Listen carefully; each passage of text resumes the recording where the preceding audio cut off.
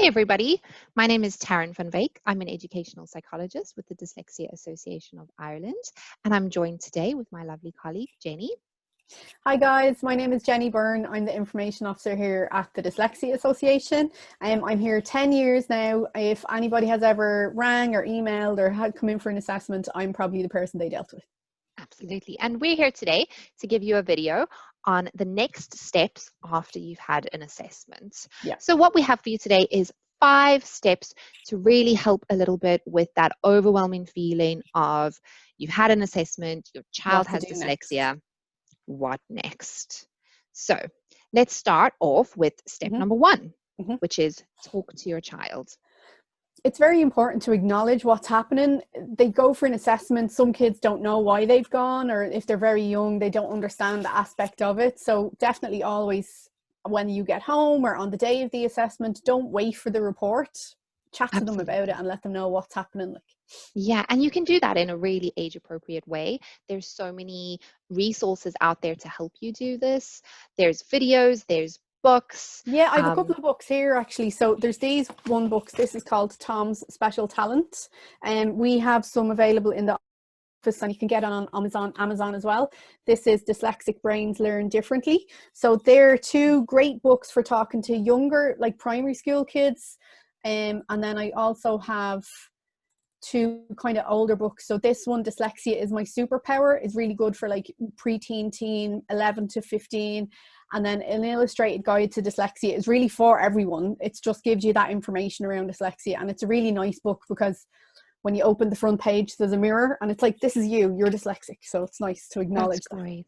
That's so important for self-identification, self-awareness, and also for that self-confidence, because we know that these children have been struggling. They know that something's wrong. They know they can't do the work. And if we don't give them the label and if we don't help to make it a positive thing, they are going to come up with some really negative labels. Yeah. So if you feel that books, we don't want that at all. And if you feel that books are maybe not something your child is going to want to engage with, like we said, there's also a bunch of videos. If you just go into YouTube and type in Dyslexia is Awesome, this video here called Dyslexia is Rubbish and Awesome is really great. This boy Miles put it together for Dyslexia Awareness Week, and it's so lovely for them to hear from another child who's having similar difficulties exactly what dyslexia is, and just have that kind of positive association with it. But I there's like loads. All the other videos are also dyslexia related, like. Absolutely. And there's also this one by the British Dyslexia Association, which is a little cartoon that explains how everybody has different ways of thinking and learning. And it's as easy as just Googling video around dyslexia and you'll get all these things up on YouTube as well. So they're not hard to find. Yeah, but you really want to start having that conversation. And it's not going to be a once-off chat that your child's like, great, I understand. They might bring it up again and have more questions. So be willing to go through that with them a couple of times. Yeah. Okay, so that's before you get the report, you can do that. But step 2 is really about once you have the report, to understand the report, to read the report, and make sure that you go through all the recommendations that are made. Yeah, when a report is given to a parent, it can be overwhelming because it could be 10 pages, it could be 15 pages long. And the majority of the time, as a parent, you may also be dyslexic or have learning difficulties as well. So it's knowing that you can just look for the recommendations. That's all you need to look at right now. We recommend this, we recommend that. This is what your strengths are, this is what the weaknesses are. So it's like knowing what you need to ask for. Yeah, absolutely. And it can be hard, like you said, for them to understand all the technical terminology. So to help with that, we have a video on the Dyslexia Association YouTube page, which is a live discussion on technical terms used in the assessments. So our psychologists, Emma and Sarah, put this together to explain standard scores, percentiles, confidence intervals, and all that terminology that can be really confusing. So if you have questions, have a look at that video to help you understand it. What we can do is we can put the link in when we post this video. We can put the link into that below so they can have access to it then. Absolutely. I think another important thing to remember is that the report is not a checklist of everything that you have to do. they're just suggestions. They're just suggestions. And we like to give a lot because there's so many different styles of learning, and we know that children are going to respond differently to different programs. So we'll give you all of them, and then you have to figure out which suits your child. So don't see it as a checklist of everything you have to do, and don't feel like you have to do everything at once. Look for the top recommendations that are made, look for the lowest scores, find the priority, and speak to your child also. See what is causing them the greatest level of distress in class. Is it learning the spellings every week? Is it the reading? I mean, it's definitely, if it is that thing of being in school, I mean, that leads on to step 4 then, or step 3, sorry. 3.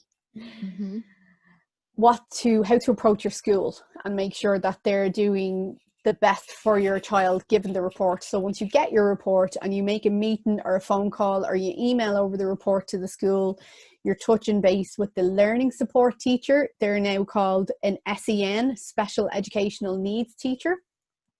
The SEN may be able to sit down and give you advice around what the school can or might be able to do based on what the report says or based on the severity of your child. Before doing that, though, what you could do is the Department of Education have a resources page on their website. So it's education.ie. This is the resource page for parents and for teachers in both primary and secondary schools. So what we would say is, like, there's special educational needs resources, behavior resources. What we would suggest you guys look at, if you scroll down, would be this student support file. So this is really informative. It's just a 1-page document, and it really gives you that information around what your child needs. We've identified a need. What we're going to do now, we're going to meet that need.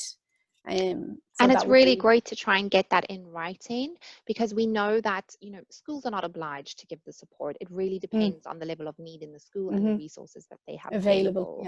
But if they are able to give support, to have it in writing can just help to clarify what you're going to be working on, so that everybody's on the same page with that.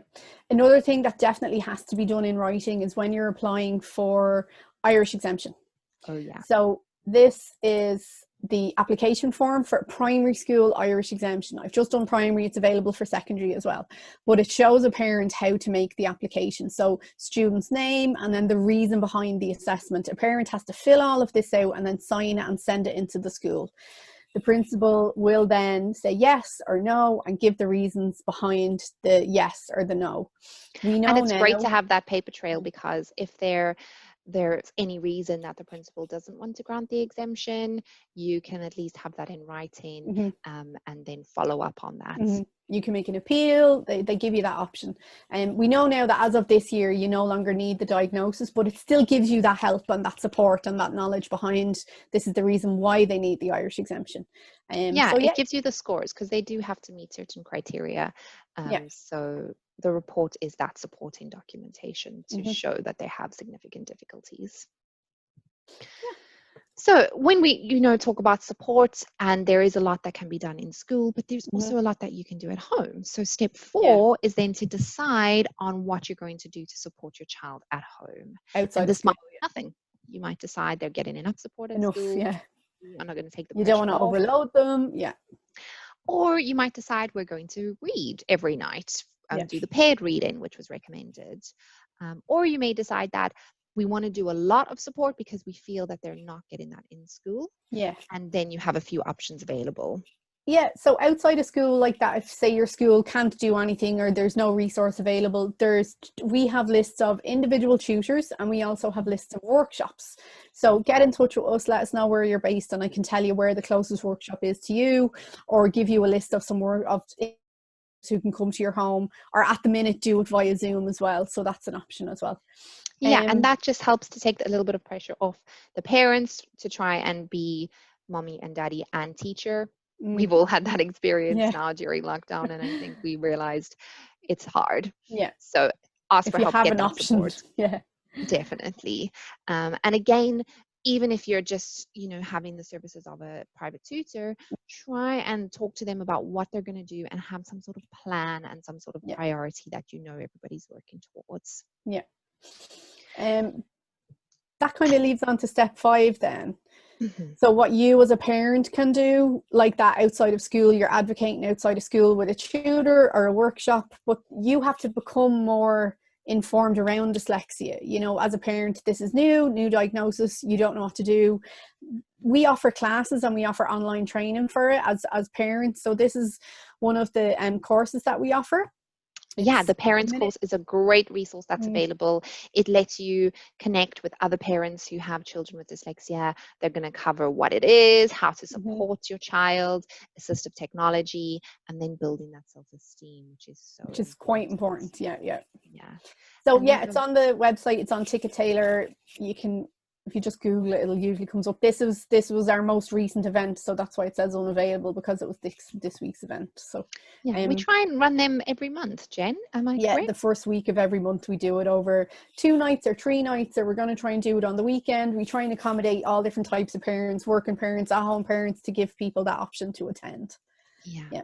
And if you feel that you have specific questions or queries, or there's still something that you're not sure of, our service is also still available. So get in touch with us. We're always here, follow our social media.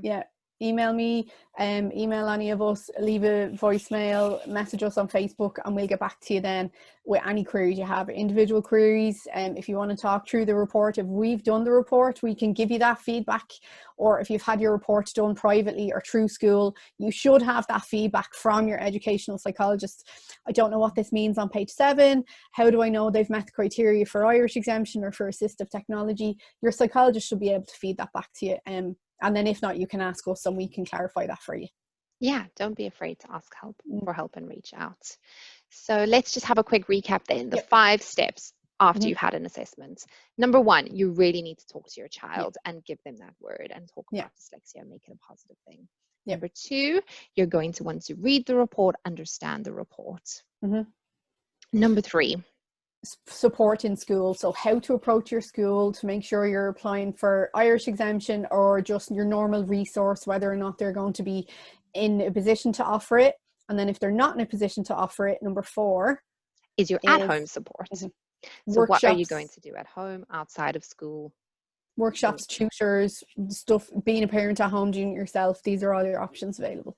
Yeah, and part of that is step 5, inform yourself, become your child's advocate, and learn as much as you can. And don't be overwhelmed. Don't feel like you have to be the expert. There's so much out there. There's so much information, and it can be a little bit overwhelming. So link in with us, follow us on social media. We often upload these webinars, and we hope that you found today's you got some steps out of today, at least from us. And we're always here, whether it's me or Tarryn or one of the other staff members is always at the end of the phone to give you that information you need.